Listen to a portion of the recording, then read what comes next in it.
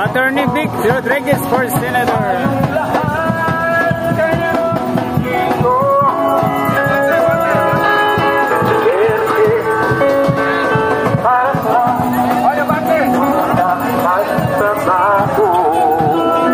Sige, bati mga kasama.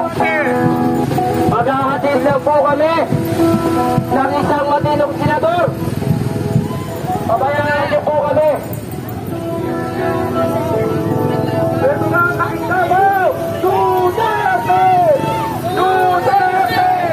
Duterte!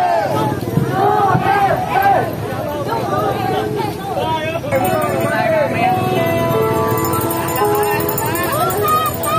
Hirap! Duterte! Duterte! Duterte! Duterte! Duterte! Duterte! Abante tayo! Abante! Ihahatid lang namin si Senator Vic Rodriguez! Dito lang mga supporters. Okay, dito lang po inaana kayo. Si Atty.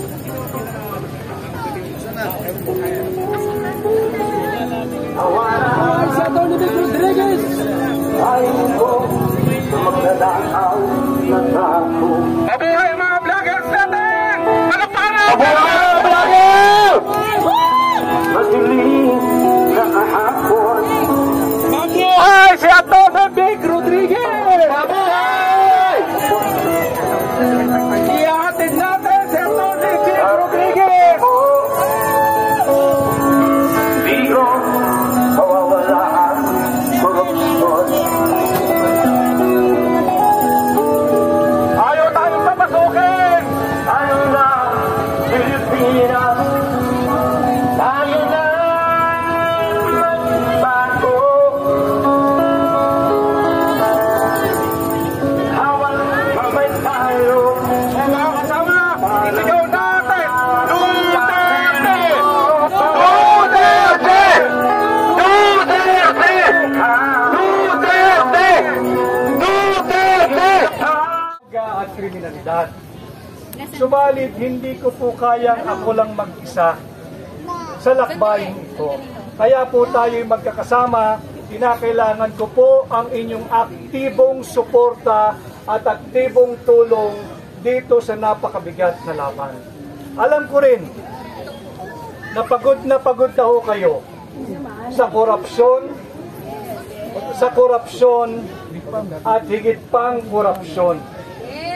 Kawawa po yung mga kabataan at yung ating kinabukasan kung patuloy po nating hahayaan na magpatuloy ang ganitong uri ng baluktot na pamunuan.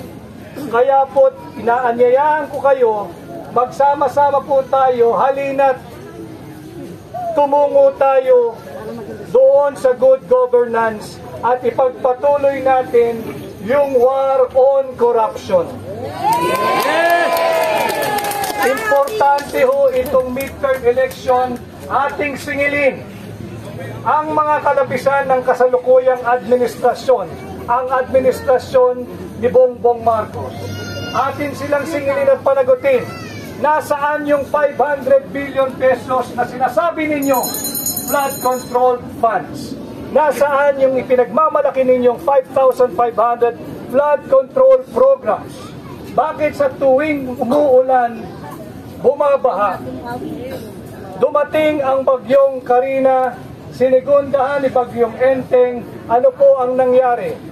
Ang malaking bahagi ng Luzon, ang malaking bahagi, kundi buong bahagi ng Metro Manila ay nalubog sa baha.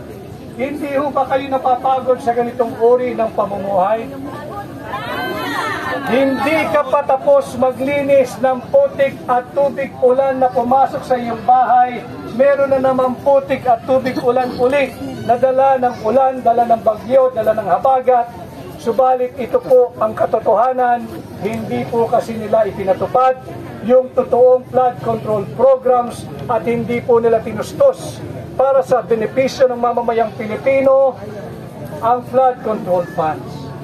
At kung sakasakali po maging matagumpay tayo sa labang ito, sisikapin ko po, unang-una, dali natin ang war on corruption sa Senado at sisikapin ko pong maipabasura ang resolution number 10 kung saan nagpapahintulot ng liquidation by certification o kung saan po yung pera ng bawat senador ay basta na lamang po nilang pipirmahan at wala nang tanungan pa kung saan napunta at kung paano ginastos. Ito po ay pera ninyo, ito po ay pera ng Pilipino, kaya wag po natin silang hayaang magpatuloy sa kanilang baluktot na pamunuan. Yun lamang po, maraming salamat at samahan po ninyo ako. As I have said inside the Comelec tent, let us not give up on our nation. Let us not give up on our country. Let us not give up on the Filipino people. Liwanag po yan. Eh bakit hindi kumikibo yung mga taga-Kongreso? Tanongin ko kayo. Bakit hindi kumikibo? Bakit hindi kumikibo ang Senado?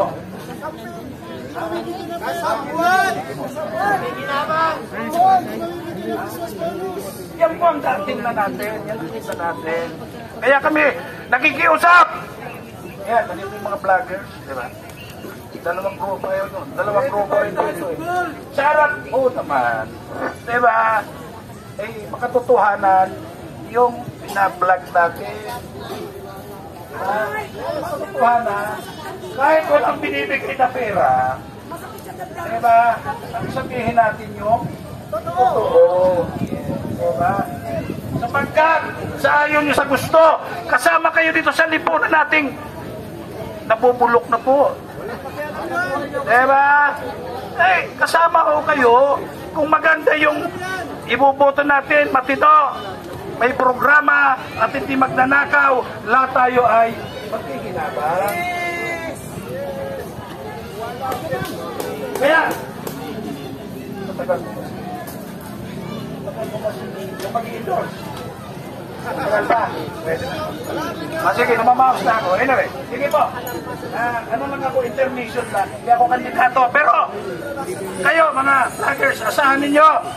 Wala, di kami tulmay. Tuloy-tuloy kami. Hanggat hindi nakakabalik sa pwesto yung mga kandidato na matitino, hindi magnakaw at gumagawa para sa bayan. Maraming salamat. Magandang hapon po sa inyo mga kasama.